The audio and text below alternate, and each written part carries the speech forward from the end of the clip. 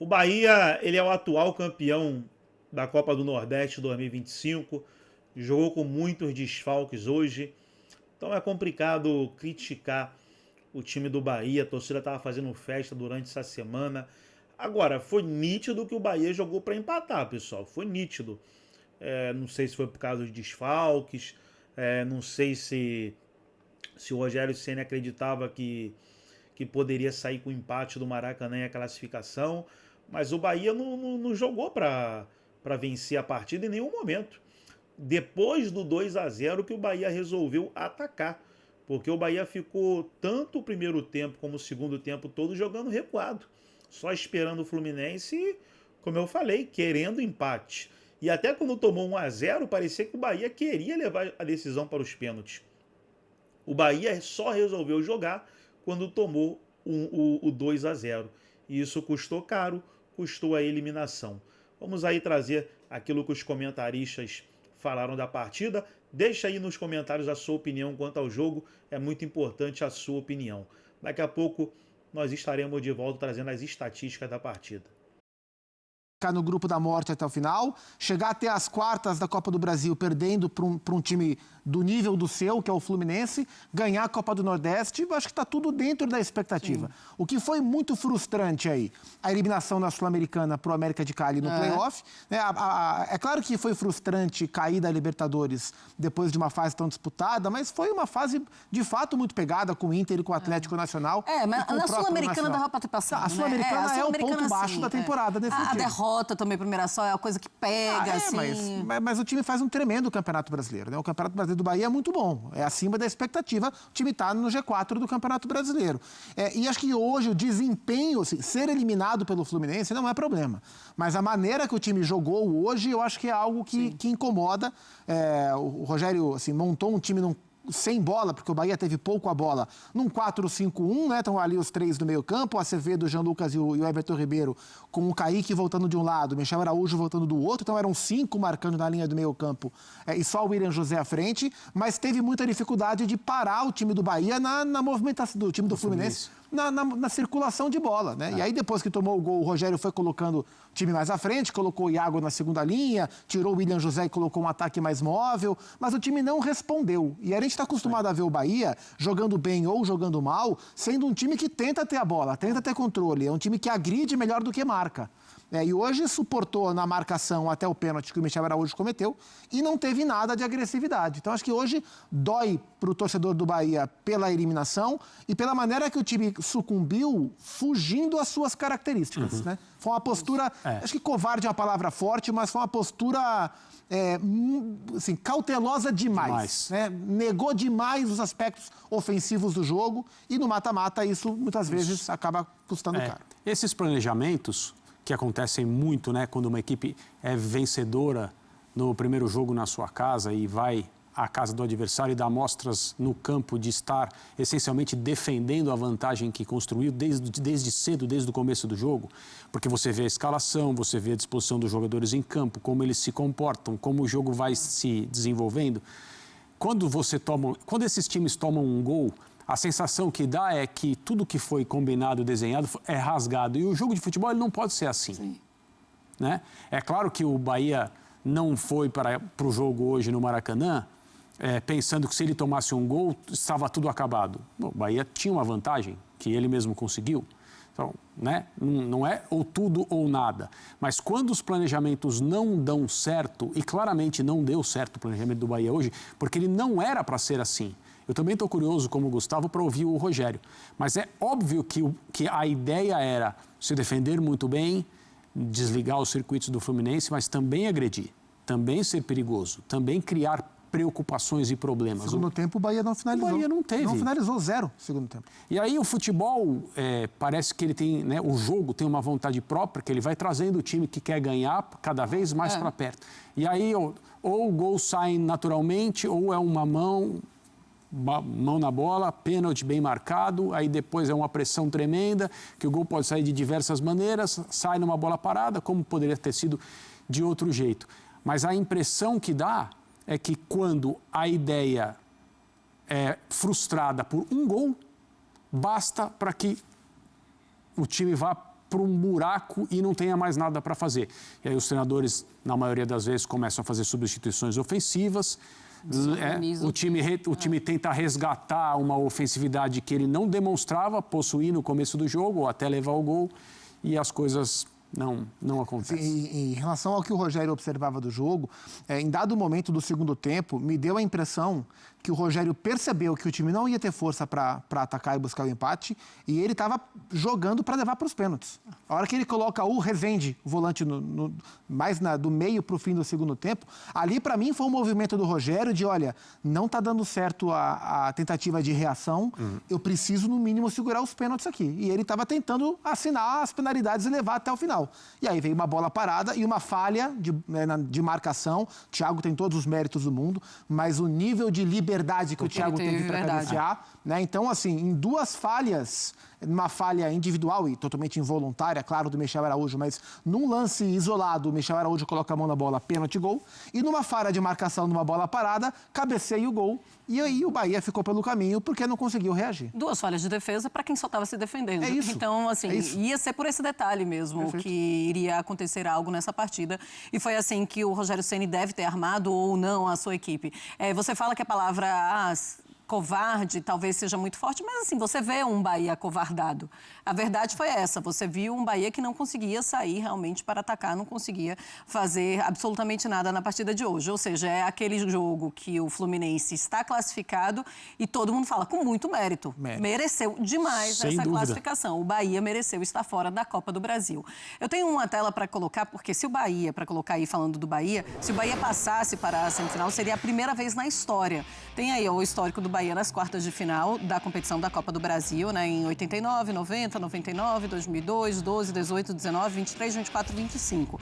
E nunca jogou uma semifinal de Copa do Brasil. E é claro que quando falamos, olha, vamos colocar aqui toda a programação e tudo que se espera do Bahia nessa temporada de 2025, se você coloca no papel, tá tudo certo o que está acontecendo até aqui. Tá fazendo um super campeonato brasileiro, foi eliminado em quartas de final de Copa do Brasil, foi para a fase de grupos de Libertadores. Mas quando você vê as coisas acontecendo da maneira como foi, um Bahia que chegou a enxergar uma semifinal de Copa do Brasil, dói muito para o torcedor. E eu tenho certeza que o torcedor, apesar de ter comemorado no fim de semana a Copa do Nordeste, hoje está muito frustrado com essa desclassificação. Sim, e a eliminação de hoje, assim, a Copa do Brasil ela é muito mais importante do que a Copa do Nordeste. O Bahia ganhar a Copa do Nordeste, assim, contra o Confiança, era uma obrigação do Bahia, né? Então, assim, ela representa pouco para o projeto esportivo do Bahia junto com o Grupo City. Avançar e brigar para ganhar uma Copa do Brasil é muito mais significativo. É muito mais importante para o Bahia, no meu entendimento, jogar uma semifinal de Copa do Brasil, uma final de Copa do Brasil, mesmo sem título, do que vencer a Copa do Nordeste. E não conseguiu chegar à semifinal da Copa do Brasil. Mas acho importante lembrar que era um confronto extremamente equilibrado. E mesmo no primeiro jogo, em que o Bahia venceu com o gol do Juba no final, o Fluminense foi, assim, em vários momentos do primeiro jogo, melhor. Poderia ter vencido o jogo na Bahia. Então foi um duelo de um primeiro jogo muito equilibrado, que qualquer um poderia ter vencido, e um segundo jogo onde só o Fluminense jogou, né? Então, assim, fica essa frustração para o Bahia de fato. Dava para ter se classificado. Eu acho que o problema hoje foi o desempenho. Ser eliminado pelo Fluminense nas quartas de final era um confronto 50-50. Mas o desempenho hoje, de fato, é para incomodar. Na semana passada, a gente lembrou aqui daquela entrevista do Rogério, na retomada, depois da parada para o Mundial, que ele falou que o segundo semestre, ou a segunda parte da temporada do Bahia, seria marcada pela frustração, porque o Bahia, naquele momento, estava em 4 competições e não ia ganhar todas, né? É óbvio que não. E que talvez a Copa do Nordeste fosse vista como uma obrigação, e a partir do momento que o Bahia vai disputar a final contra uma equipe de divisões abaixo dele, na nossa pirâmide do futebol, a maneira como o torcedor enxerga o título, ela não muda no sentido de diminuir a alegria, mas ela muda no sentido de como a perspectiva de ser campeão era encarada. Porque seria uma grande surpresa, e aí a palavra frustração nem caberia, porque seria muito pior do que isso, se o Bahia não tivesse sido campeão da Copa do Nordeste. E aí, poucos dias depois, porque o calendário é assim, né?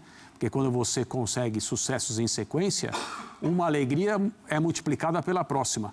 Quando você consegue uma coisa que é legal, mas depois você passa por um momento de decepção, por uma eliminação, o que se lembra é a última sensação que você tem. E, nesse momento, a torcida do Bahia está frustrada, como o Rogério disse naquele dia, porque imaginou que o Bahia poderia seguir na Copa do Brasil. Na minha visão, o principal é, como você falou, Marcela, ser eliminado pelo Fluminense nessa fase da Copa do Brasil é algo natural, é normal.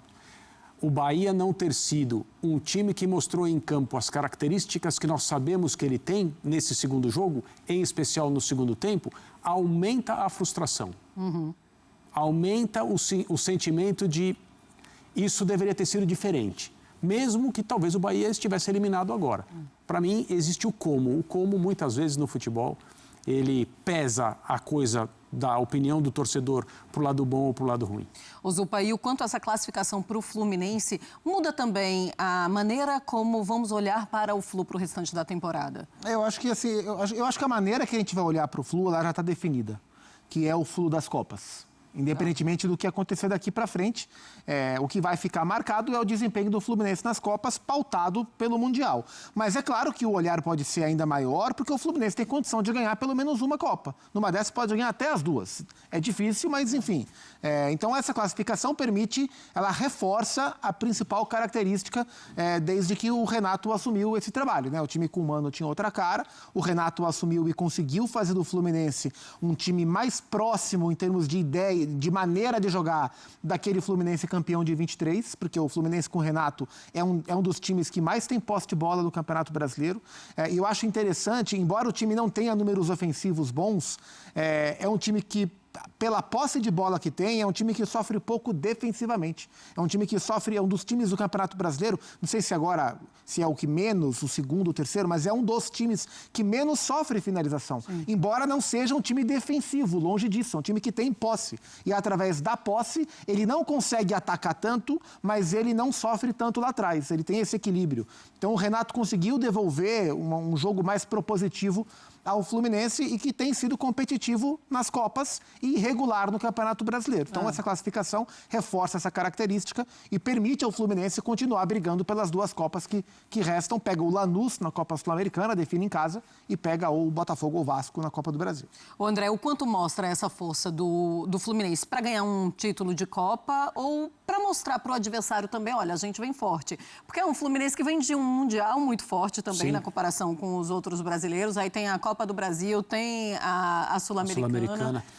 E faz alguns jogos no Campeonato Brasileiro para ir se aproximando ali da parte de cima da tabela, pelo menos na primeira página. Claramente, o resto de ano do Fluminense vai ser dedicado a tentar ganhar uma das Copas, e acho que não existe nada ousado nessa ideia, em especial na Copa Sul-Americana. Mas é claro que o Fluminense tem que tratar a Copa do Brasil da mesma maneira e não permitir que esse foco nas Copas interfira demais no Campeonato Brasileiro que o Fluminense pode ir levando. Porque, mais do que isso, não dá para pedir desse elenco. E eu acho que é uma boa... Eu acho que muitos times, muitas bases de torcida no Brasil gostariam de agora, começo de setembro, quase meio de setembro, olhar para o seu time e pensar, olha, estamos bem em duas Copas e o Campeonato Brasileiro ele precisa ser conduzido numa classificação segura, a melhor que for possível até o fim. Tem muita gente pelo Brasil afora aí que gosta de futebol, que gostaria de estar olhando para o seu time nesse momento e pensando nessa possibilidade. Então o Fluminense vai investir na Copa Sul-Americana e na Copa do Brasil e vai tentar fazer uma campanha, como tem feito até agora, segura no Campeonato Brasileiro. Por outro lado, acho, pelo menos a impressão que eu tenho, é que a pressão para a classificação final do Bahia no Brasileirão ser boa, ser alta, sim, como o time já deu demonstrações de ser capaz de fazer, vai ficar maior a partir de agora. Internamente também, porque primeiro é o que se tem e depois porque a gente já viu o Bahia mostrar o tipo de futebol, a capacidade de competir, jogando um determinado tipo de jogo que é legal, gostoso de ver, atraente, competitivo também. Então o Bahia tem essa condição e acho que a pressão para ficar entre os primeiros colocados do campeonato, não disputar o título, evidentemente não. Mas isso vai crescer, vai aumentar. Em relação ao Bahia, no ano passado o Bahia fez um primeiro turno muito bom, né? Fez o seu melhor primeiro turno da história. caiu muito no segundo turno do Campeonato Brasileiro e conseguiu se agarrar nas últimas vagas da pré na reta final, né? Mas o Bahia fez um primeiro turno de vaga direta à Libertadores. Sim. E esse ano também, primeiro turno de vaga direta. Então, assim, estou com o André, acho que o que pode ter de reflexo para o Bahia nessa eliminação é uma pressão maior para que o Bahia não repita o segundo turno irregular que fez no ano passado. Um elenco também muito menos reforçado do que dessa temporada, né? Sim, o elenco está mais encorpado nesse mais sentido. encorpado. Mas é isso, o nível de maturidade, de amadurecimento desse trabalho vai ser medido também pelo fôlego do Bahia no segundo turno, com a clara missão de garantir uma vaga na Libertadores.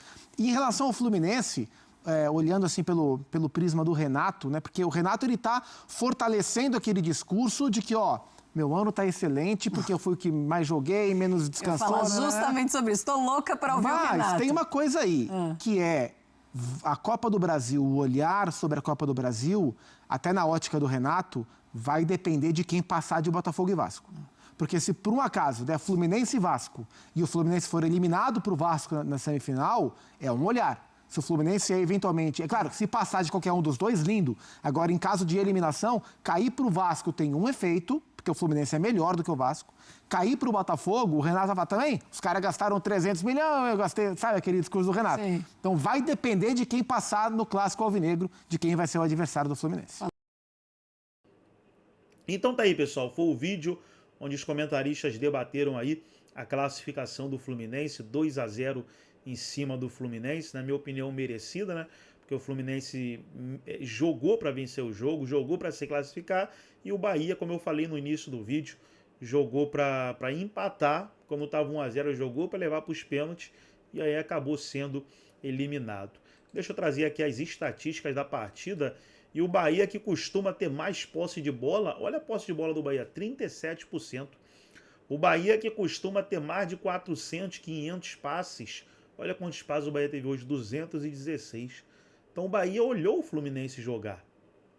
Então aí na posse de bola, 63-37, gols esperados 1.28 a 0,08, total de chutes, finalizações 10-2 Fluminense, chutes no gol 5-1 para o Fluminense, chances perigosas criadas 1-0 Fluminense, escanteios 3-2 Bahia, muito pelo final do jogo. O Bahia teve uns 2 escanteios seguidos no final da partida.